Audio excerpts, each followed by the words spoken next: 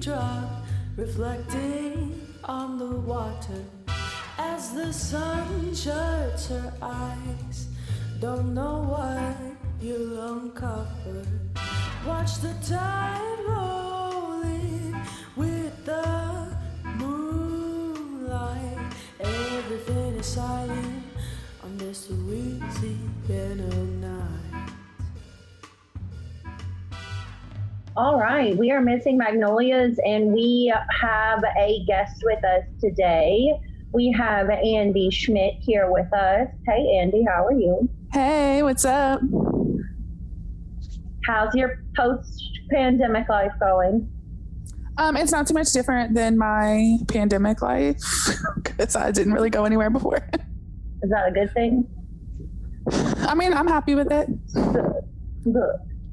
So today we're doing another one of those mini episodes where we're talking about weird, devious, strange, bizarre, or unusual things. Yeah. You know, just the stuff that's in my browser history. Yeah, that you don't want on your like work computer, that you would have to you would go in incognito mode if you were probably searching, just to get rid of any weird questions that might follow. Absolutely incognito mode.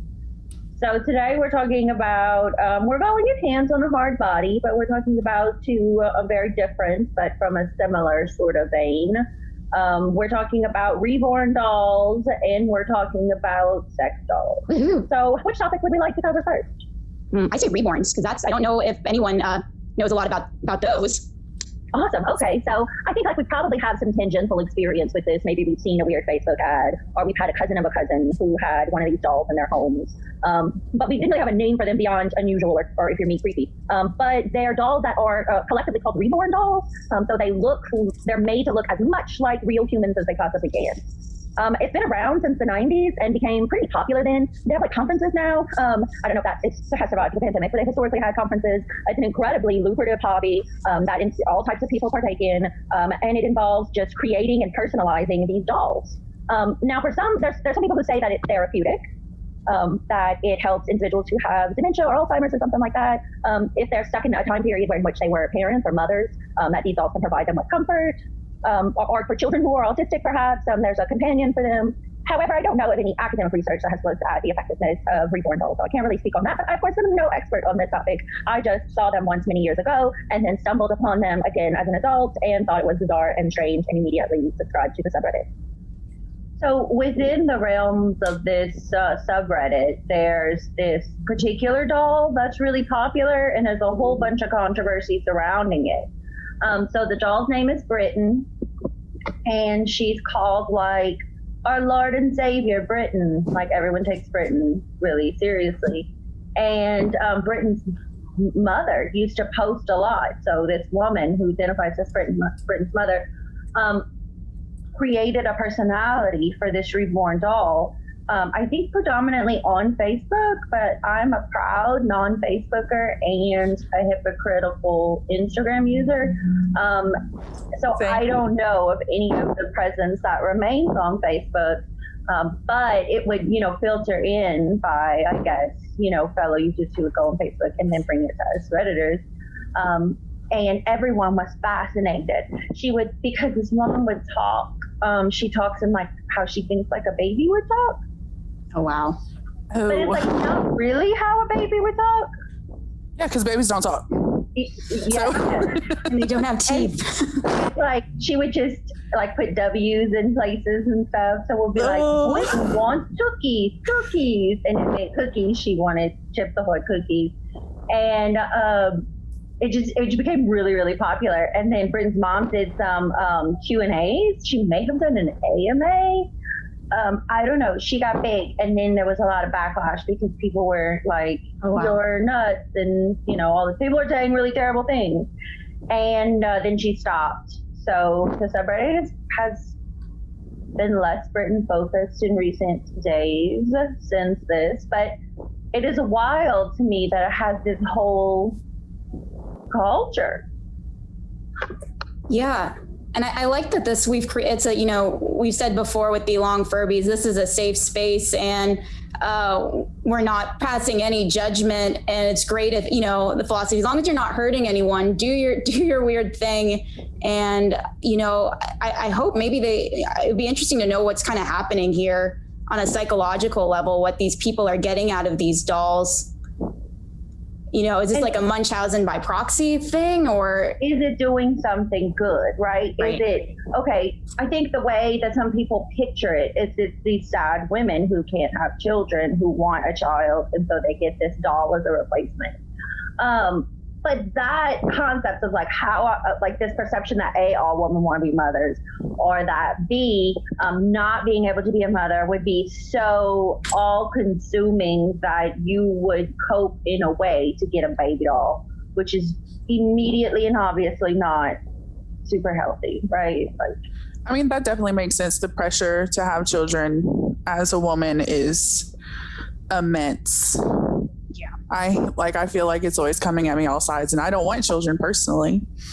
And to a lot of people, that just makes me a really terrible person. So I could understand why women would feel the need to want to take care of something with society's pressure of like, you should be nurturing, you should be a mother because you're a woman, because the two are, coincide. But then why not a dog or a cat? Or like if mother equals caretaker, why not an animal? I mean, yeah, I have cats and they fulfill my need to take care of things just fine. I have a friend and she's gone to the succulents route. She already has pets, but to give that care, that nurture. So there are other avenues. Yeah, definitely. Maybe there's a sense of like fear that they won't be able to take care of these things. So they go for something that like can't necessarily die. Oh my gosh, that's so poetic. Yes, your reborn dolls live forever, but your dog, 8, 10 years? Yeah, maybe they just don't want something that's going to go away. They're just like, this is my fix and that's it. And I never have to worry about it again. But now what if I'm someone who says, oh, I think all of this is sort of silly, but I just create a personality and lifestyle for a doll because it's therapeutic. So you're the person that's saying, hey, I do this because it's like a hobby and it's therapeutic. Yeah, go to nursing home. Yeah. I'm glad you brought back in the nursing home because that's super interesting. I mean, Andy, what do you have to say? Oh, yeah. I mean, I am very much for like whatever. Life is hard. Whatever little thing that helps you cope that isn't hurting others, do it. Like if it's not hurting others and you feel like it's working for you. Yeah, I agree. But just to throw in the mix, some of these, these dolls are can be very expensive. And, if you have all the clothes and all, it could be a very expensive hobby and potentially draining on your bank account. So then, I think, when would there need to be an intervention with family and loved ones if someone's has a hobby and it's just gone, like, they got to put a lien on the house or something for these, dolls and their clothes and everything else. And I also wonder if the internet hasn't made something that would probably be incredibly isolating far less isolating. Like if we were in the 80s and you were roaming around town with this doll that you dressed in names and stuff, people aren't going to probably want to be friends with you, right? Like you're going to weird some people out. That's going to be conversation to be had. It's going to be a whole thing, right? Yeah. But now with the internet, it's like you can have your whole reborn doll life in a community where you can get on and talk about what kind of cookies your doll ate this afternoon. Yeah, it's totally okay. And yeah, brings people together. Yeah. I would love, so this doll is like the perfect baby, right? For the most part, unless it's got audio, it doesn't cry and you don't have to change diapers. I wonder about the people that, have the ones that have, that make the crying noise. And I don't know if you saw, some of them, buy diapers and stuff. And I don't know if they're putting anything, I don't know, but yeah. I feel like this is a very vague memory and it may not be true, but I feel like I watched a video of someone changing one of those dolls' diapers. Yeah. And she would put stuff in it. Yeah. I don't know if it was like, I mean, when I was a kid, I had one of those Baby Alive dolls. That's true. Where you like made some kind of mush and like shoved it in the baby's mouth and it pooped it out later. So I don't know if it's that situation or if they're just trying to make it more real for themselves, which I feel like is a whole separate conversation. Like that's a whole nother hobby, I feel like, or maybe just taking it to another level. And I think that transitions us very easily into our next topic, which is a similar but different story, right? To talk about this other sort of way in which humans are trying to cope with, I don't know if it's loneliness or need or whatever it is, but probably something more than sexual desire, is the purchase and use of these sex dolls. And what we're not talking about is like minor sex toy style stuff. We are not talking about fleshlights. We are talking about multi-hundred, oftentimes many $1,000, typically Japanese made or Japanese origin sex dolls that are made to look hyper realistic and weigh really heavy like a human would weigh, and have varying personality characteristics and personalization features. I would love to know if if there was like a more of a demand with this quarantine, like if the sex dolls and the rise of sex dolls and toilet paper like went through the roof. Oh yeah, that's a really interesting question. I would like to know the answer to that. I feel like, of course, right? Have you ever been to one of the websites and looked at some? They're so realistic. Yeah, it's like a good date threshold question. If you ever have your date, like pick one. You learn so much about like what they're. Oh, that definitely sounds like a fun date activity. That sounds like the kind of date activity I would be into. I don't know. I think the dolls can be good for people. I, for one, am very much like this weird mix of introvert and extrovert, where like I'm an introvert at heart, but I'm very capable of putting on the mask of extrovert. But like deep down inside, I really just want to be by myself. Yeah. And every once in a while, I would like to have someone to talk to, which like I have cats and I talk to my cats. I don't necessarily need the response back. So I feel like maybe some of these people, it's like the same thing, except they want the sexual aspect as well. So like maybe they just want somebody that doesn't talk back. It's just so expensive. And I have to wonder, like, the practicalities of it. Like, are you out and proud? Do you hide your sex doll? What if your parents come visit? Where does it go? Is there a closet for it? Like, I'm looking across the living room at my bedroom right now. Like, if I had a sex doll, it would be so heavy, and I don't think I can move it all around. Like, what are the practicalities of this? And I feel like you must want something like this really bad. Like, it's really, really feeling a need or a void for you if you're going to think about all of this and then make the move.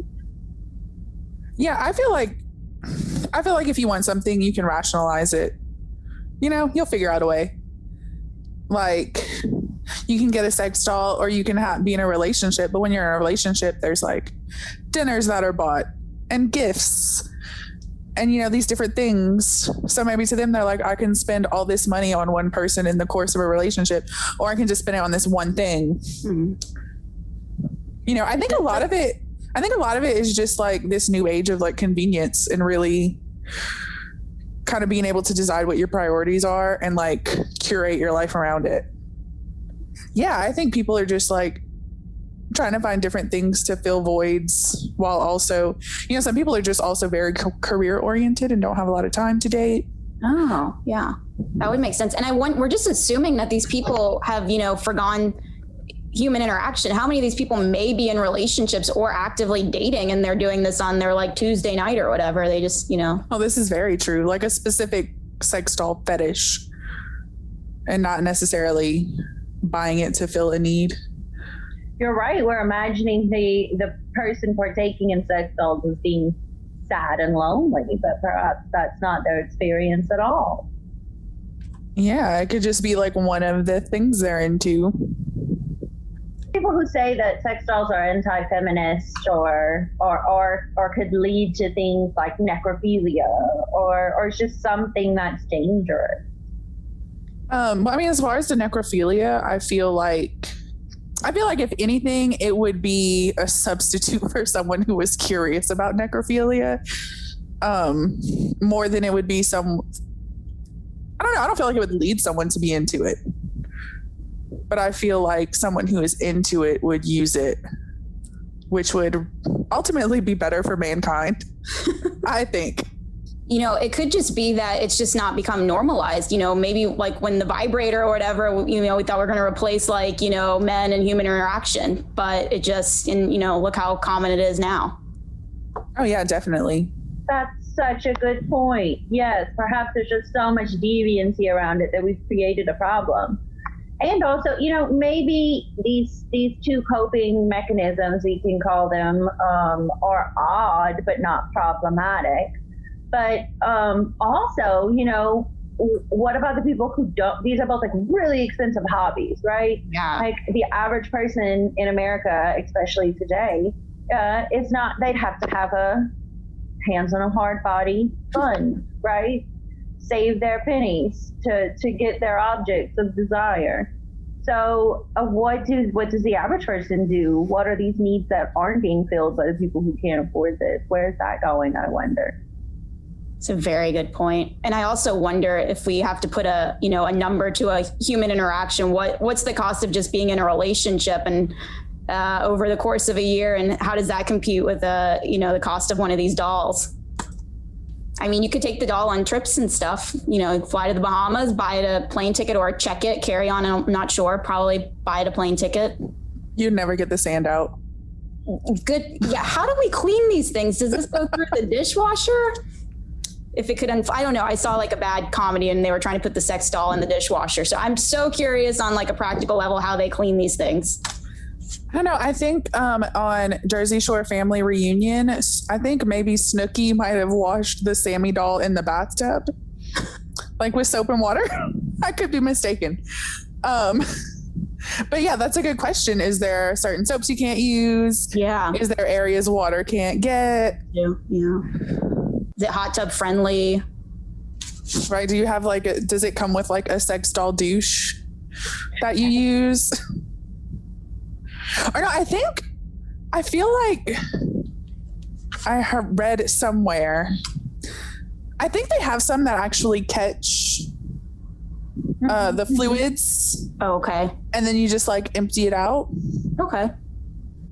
It's so interesting, like you said, to know all of these things that are out there. I think, Michelle, you turned me onto a show. It was the Darknet, and they did this one episode, and I think it's China, where it's like it's if you can imagine, kind of like a Nintendo video game, and it's the whole premise is having a girlfriend, and it's caught on. It's like huge, and it's just so interesting.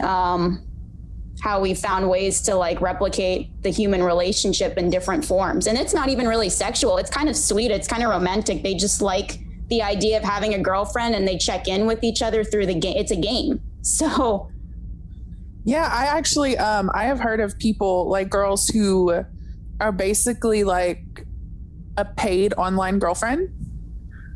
So like these men pay her and they just like text them throughout the day and just have this like facade of a relationship.